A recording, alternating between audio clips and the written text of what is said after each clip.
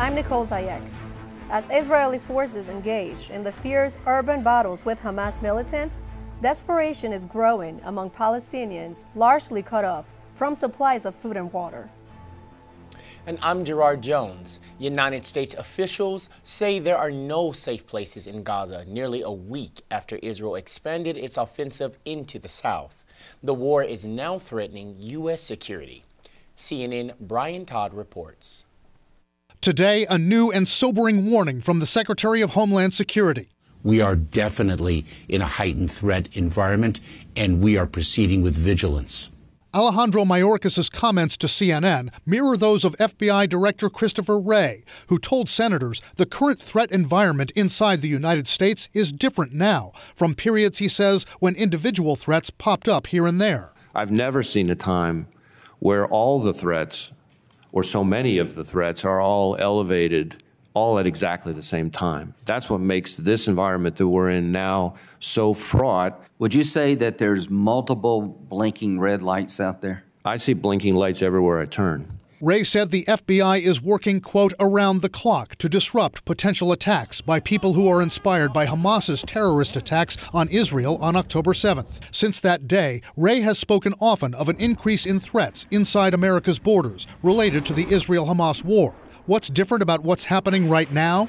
Director Wray is talking about this. The threat stream has become a bit of a waterfall. You're seeing threats come from foreign terrorist organizations, ISIS and Al-Qaeda, domestic violent extremists. These are people who are following the propaganda coming from overseas who could be lone wolf attackers. Experts say the constant stream of televised images of October 7th and the Israel-Hamas war has led to a flood of propaganda from terrorist groups and extremists from all sides. Propaganda and often misinformation that can be almost impossible to filter. They exist on message boards, they exist in chat rooms, they exist in private groups, they exist in large groups. And the spike in anti-Semitic and Islamophobic threats and attacks has been significant, from the wounding of 3 Palestinian college students in Vermont to a Cornell University student being charged with threatening to kill Jewish students. The greatest danger is that lone offender who may be isolated, may be ostracized, and who is reading these messages and saying, I could step out and do something. Analysts say the ongoing Israeli-Palestinian conflict, even before October 7th, has often been a touch point for hatred in the U.S. What you're seeing are individuals who are taking the justification that they've been looking for and using it to go do the violence. These are individuals who have long wanted to commit violence, have long been, filled with that hatred of Jews, of Muslims, of individuals who are not in their in-group. In an attempt to protect the public from this violence, security agencies have announced new guidance to faith-based institutions, including building fences and installing security cameras at places of worship. And now in local news, an exciting report from my co-anchor, Gerard Jones. So you were at the 40th anniversary of the Miami Book Fair. I was. Which ended last month. Apparently, the week was jam-packed with authors, culture, and a lot of books. The Miami Book Fair, hosted by Miami-Dade College, has become a staple in the South Florida community, celebrating not only literature, but also music, food, and the fusing of cultures. Over its 40 years of existence, the fair has grown to include numerous attractions and vendors. I met with Julie Bromwick, one of the vendors from this year's fair, and the creator of a unique greeting card line called Open Card Now. While bike riding through Vietnam, she saw pop-up cards, and though their Asian design was intriguing and beautiful, she wanted to create a version inspired by Western culture, which has different colors, animals, and plants. After taking classes to learn how to make the cards, she opened her business and has been producing them for 6 years now. Julie shared with me that each of her designs tells a story, some of which are more abstract and inspired by true-life figures, while others are more traditional, like holiday cards. While vendors and several authors dominated the streets, participants lined the halls indoors, waiting to hear from special guest authors like Jada Pinkett Smith. Smith, who is known for her extensive Hollywood career, starring in roles such as Madagascar, Girls Trip, Set It Off, and the award-winning Red Table Talk, is now adding best-selling author to her resume. During the conversation, audience members hung on every word as Smith discussed some of her leading Hollywood roles. Spectators really leaned in when she spoke about her marriage to Will Smith, which has been the topic of ongoing conversation in the media. Her memoir, entitled Worthy, is defined as gripping, painfully honest, and overall inspirational. Several other authors also attended the fair to discuss their previous work and newly published books. Authors like Juliana Hough of the Bengal Singers, and also well-known folk singer Joanne Baez. The creators of the Miami Book Fair are proud to welcome authors from all walks of life and from various cultural communities, and it seems as though the creativity never ends. There were so many attractions at the book fair. It was a perfect place for children and adults to step outside of the house for good artistic stimulation, some great food, and a lot of fun. Of course, the fun of books is not just for adults. One section of the Miami Book Fair, called Children's Alley, is a vibrant space for storytelling, face painting, and interactive activities. Children of all ages were able to freely explore their imaginations and, shall I say, move to the beat of their own drum. Very good, very good, very good. A multicultural gathering such as the Miami Book Fair would not be complete without some good food. Just a few paces away from Children's Alley was the food court. Paella, ceviche, sushi, smoked wings, and fresh squeezed papaya juice were just a few of the available options. Once the food court closed and the sun went down, the crowd headed to the main stage for an evening of music and dance. I met up with Cuban-American artist Ray Rodriguez, who was one of the performers of the fair. Well, thank you for having me. And my music has been developing from a long journey. I'm Cuban, and I lived in Spain for 13 years. Okay. And then I landed here in Miami. So basically it's an influence of all those trips on that journey. What is in my music, and that's what I write and I play for. Yeah. I've been here like 3 years in a row, playing with different bands. Playing with another band that I collab a lot. And that's Soul and the Tribu, by the way, great band too. You should think about it. As we continue to discuss his performances at the fair, we may have gotten a little too excited as we talked about the title of his new song. I just released a single, a video clip. It's pretty cool. It's called El Raccoon. Check it out on YouTube. El Raccoon. Did I say it? El Raccoon. I like it. Great, I love that. Awesome, man. And then it was party time. Various DJs and artists took the stage, playing a fusion of funk, hip-hop, and classic Latino melodies. As the young people say today, the vibes were immaculate, and so was the footwork.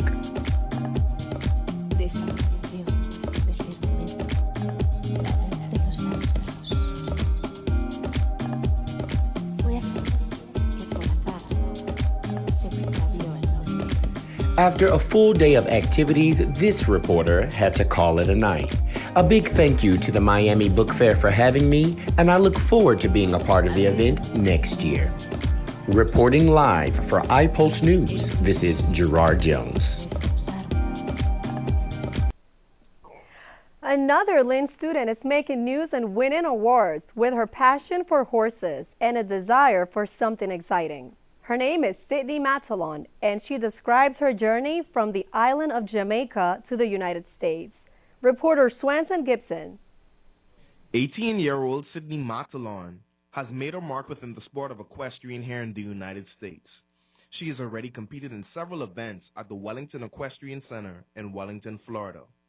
On November 10th, Matalon placed first in the .85-meter classic. The freshman from Kingston, Jamaica has participated in equestrian for 8 years. Matalon spoke about the inspiration to compete in horse riding and how she forms connections with her horses. Nobody really knows what initially started my love for riding. Nobody in my family rides. It was kind of just my love for animals and my desire to do something exciting that really drew me to the sport. I have never personally trained a horse from scratch by myself. I have ridden young horses. I've been the first to lesson on some horses. I've been the first to show on some horses. But mostly what I've done in the past is I find the horse that matches me and that we have a really good connection. Overall, riding is a partnership. It is a team sport between you and your horse. So I think it's just really important you find that horse that you connect with and that listens really well and that is there to support you and loves what they do. The jockey discussed bonding with her current horse Capito, their performances this year, and the challenges she has been faced with since beginning the sport. Capito and I have known each other now for about a month or a little over then.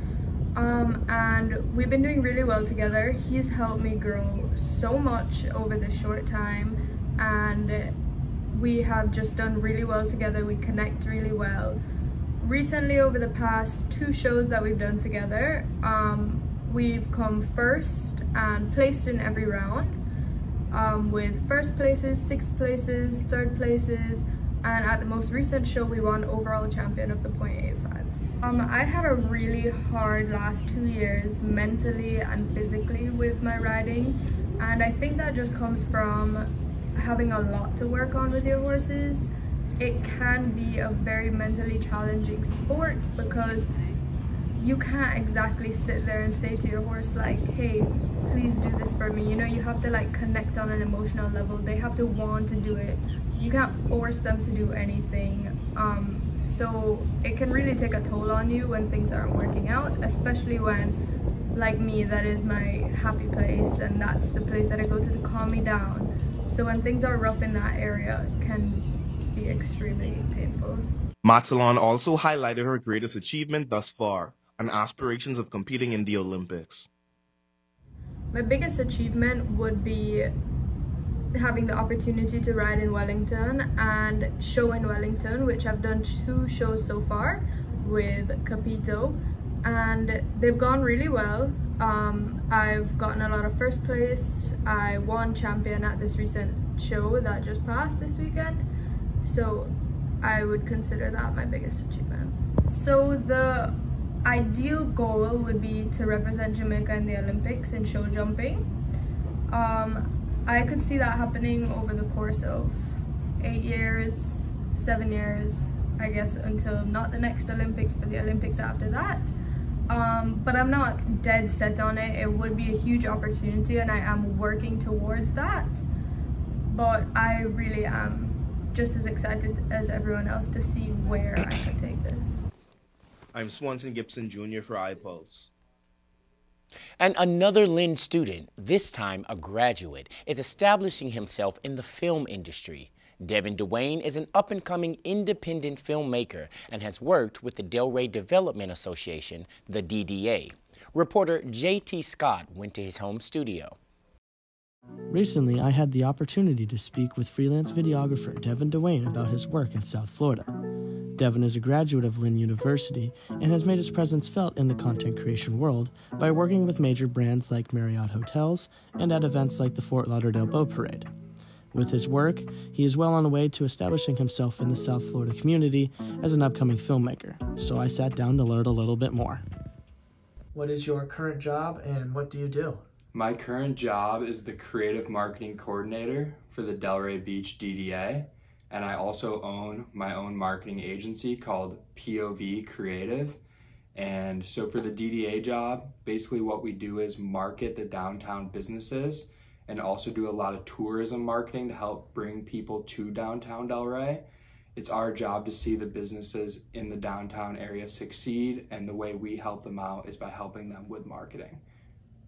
I'm Suzanne Boyd, and I love downtown Delray. One of the main reasons, our fabulous restaurants. We are a foodie's paradise. September is downtown Delray's Restaurant Month, when dozens of our locally owned restaurants and cafes offer special dining deals, prefix menus, and culinary events.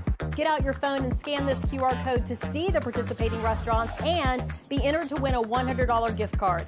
Restaurant Month is brought to you by the Delray Beach Downtown Development Authority. See you in downtown Delray.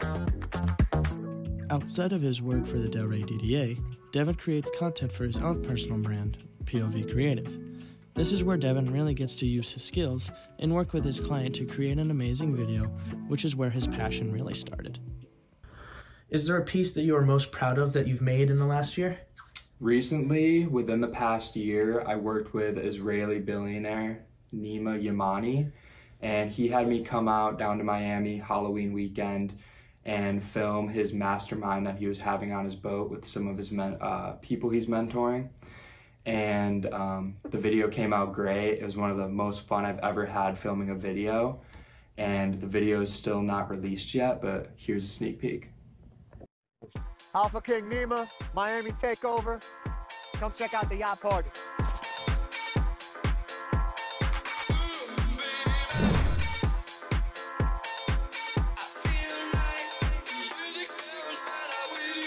Just since graduating from Lund University a year ago, Devin has already built himself a network of business connections and established himself in the South Florida filmmaking community. There is so much opportunity, and with so much already under his belt, I was curious where Devin sees himself in the future and what he expects out of his brand POV Creative. So where do you see yourself in 5 years? In 5 years, I see myself traveling the world, creating commercials and films for some of the biggest brands in the world, such as GoPro, DJI. I've already worked with the Marriott, but I'd like to work with some international Marriotts and also a bunch of other resorts. On top of that, I'd love to see my business and my own personal brand have grown 500% from now. That's 100% each year. I think if I can double where I'm at every single year, I'll be in a good position. And I really hope I'm at a point where I don't have to worry where my next client is going to come from. With big goals, Devin has a lot of work ahead of him. In the meantime, he will continue to work and make content for the Delray DDA, as well as pursue his dream of one day creating content for his own personal brand. Make sure to check out the POV Creative page on Instagram, as well as pov.dev for more content from Devin. The 2023-24 National Hockey League season is well underway. The Florida Panthers, recent Eastern Conference champions, aim to return to the Stanley Cup final after last year's disappointing loss. Swanson Gibson Jr. highlights the team's mindset and performance thus far. On November 19th, iPulse attended the Florida Panthers practice at Armor & Bank Arena. The Panthers returned home from their road trip, notching 2 wins against the San Jose Sharks and Anaheim Ducks respectively. Center Anton Lindell discussed the franchise's trajectory since being drafted. Like we, as a franchise and a team, we've been going like so much to the better direction. I feel all stories I heard before, it's year after year, it's going to a better direction, and we can see that on the result on the ice too. Last year was unbelievable to the finals, and overall just small details. You hear about other teams, and I know what we're doing, and I know we're ahead of other teams in many things. Panthers play-by-play announcer Doug Plagans praised the team's performance as they set out to return to the Stanley Cup. Panthers are off to a great start. At the time talking to you, 11-5-1. They've positioned themselves in a great spot in the standings, and to be able to do what they've done with some key players out of the lineup to start the year, that was a great way to start the season. So this team's really picked up right where it left off last spring in that playoff run, and they've carried it right into the new season here. I'm Swanson Gibson Jr. for iPulse. Now a remarkable comeback story from a young woman who suffered a stroke that left her paralyzed. That stroke was so severe, she had to relearn how to function on her own. She thought her career was over, but she never gave up. Clifton Haskin reports. Before she was training to win a title fight at Blizzard Brawl 2023, Sophia Gagaudis was in a fight for her life. She only had a 15% chance of surviving this stroke. At 19, Lily Gagaudis' daughter was left paralyzed from a rare stroke. For the 2 hours, we prayed, you know. You call up all your friends, but you get prepared to say goodbye. The odds were stacked against the young woman. Sophia survived the surgery but had to learn how to walk again and even talk again. When you go through something like that, you just depress. So after physical therapy, about having a hard day, I would turn on wrestling, and it saved my life. In 2021, a trip to Chicago to watch the All-Elite Wrestling Tour, everything changed. I just saw him fiffing and doing moves, and I told my mom and my dad, hey, I can do it. Why not me? She applied to a wrestling academy in Texas to learn the sport and grow her passion. Hope one day to be with WWE or AEW. I know I will one day. She's a fighter. She's never going to stop fighting. I'm Clifton Haskin, iPulse TV News. Remarkable video last month shows some of the stresses police face every day. The Hillsborough County Sheriff's Department released this tape after 2 of its deputies were run down by an unknown man. The entire encounter was captured on a variety of cameras, including police body cameras. Gretchen Lemke-Peña reports. The Hillsborough County, Florida Sheriff's Department says it all started with a 911 call. 2 of their deputies responded to a woman saying her son was acting irrational and violent when deputies tried to talk to him. He then drove off, and minutes later, as the deputies stood by their patrol car, he had returned. He's accelerating at such a high rate of speed, and he strikes both of them. The horrifying incident was caught on security cameras of nearby homes. They didn't have a chance to get out of the way. They didn't have a chance to do anything. The driver was then identified by authorities as 28-year-old Ralph Bosey.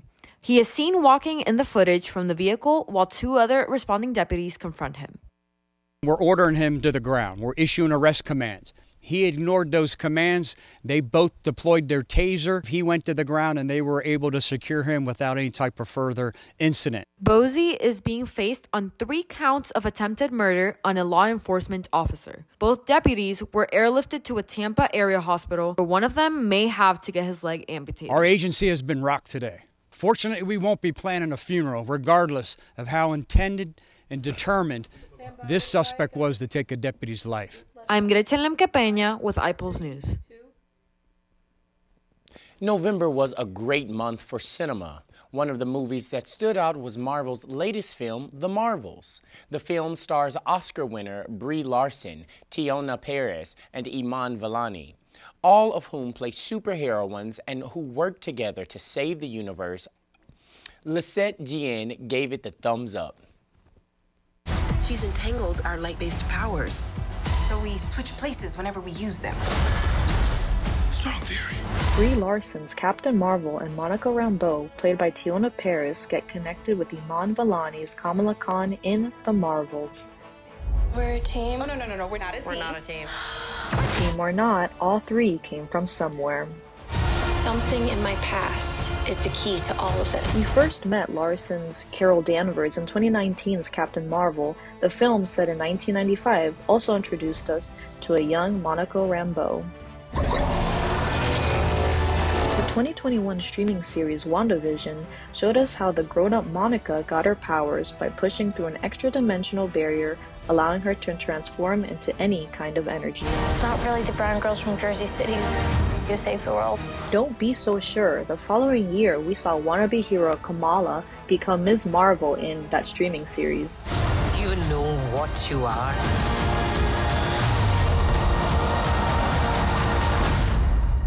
I'm a superhero. Of course, even superheroes have problems. This Ms. Marvel post-credits scene set up the body-switching plot of The Marvels. Higher. Further. Faster. I'm Lisette Quillen for iPulse. It's time for another segment of America the Beautiful, where my partner Gerard Jones delves into the topic of multiculturalism and inclusion. Gerard explores the social response to the holiday season through a more inclusive cultural lens. Hi, I'm Gerard Jones, and this is America, the Melting Pot. One of the things that I love about traveling, and specifically about having friends from different cultures, is that it breaks down some of the egocentric walls that we tend to build as humans. Walls that tell us that everyone thinks the same way we do, or share the same perspectives, or even celebrate the same way that we do. We know that the winter season is also commonly known as holiday season. But what does that mean in different households around the world? Does it mean trading gifts? Does it mean lighting a menorah? Or does it mean celebrating extravagant festivals with dragons and lions? I interviewed several different people to check in on their knowledge about how different people celebrate holidays during the holiday season.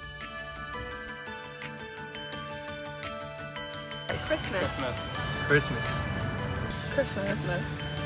Christmas Day. The actual birth of Jesus Christ is in the spring. Now, yeah. But winter holiday. Christmas.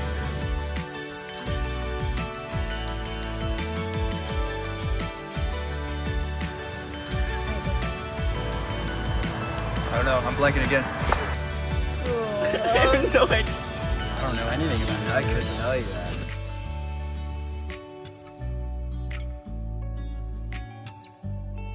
Oh gosh, I don't even know. We went to service yesterday and we don't even know this. I don't know. Oh wait, it's Hanukkah. Oh, it is Hanukkah? Yeah, you're killing it. Hanukkah. Hanukkah.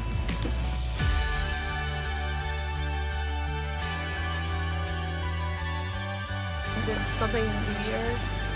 Chinese New Year, yes. Chinese New Year? You know? I know that one. It's the Chinese New Year, right? Boom! Oh, Chinese New Year? Chinese New Year. Lunar Rock. Chinese New Year. Oh, yeah, man.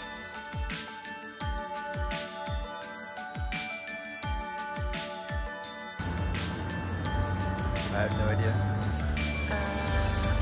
I am sorry, but I don't know that. No idea. I don't know. I actually don't know that. Yeah, I don't know. I don't know that.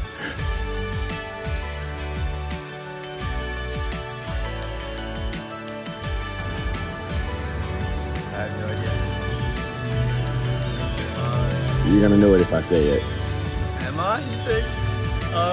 Wait. Unsure. I don't know. Yeah. Oh. Like I've heard the name This one's on the tip of my tongue. Oh. I've heard the name before. For it, I just can't. I can't think of it right now. And I can't remember it. Go ahead. So how did they do? Or better yet, how did you do? During the holiday seasons, try and keep an open perspective and bear in mind that this whole big world is for all of us. Again, this is Gerard Jones, and this is America, the Melting Pot. Stores began stocking their shelves with Christmas decor before we even celebrated Halloween. Many people like this because shopping early relieves the stress during the month of December. Although others feel October is far too early to be thinking about Christmas.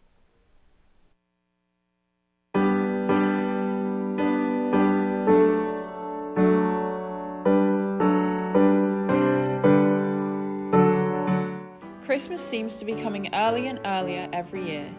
Before Halloween had even begun, shops were stocked with Christmas decor, many stocking more than their Halloween collections combined. Many people report that Christmas can be a very stressful time of the year. Having to buy multiple gifts for multiple people can be daunting, especially if left last minute. Making a list and checking the price.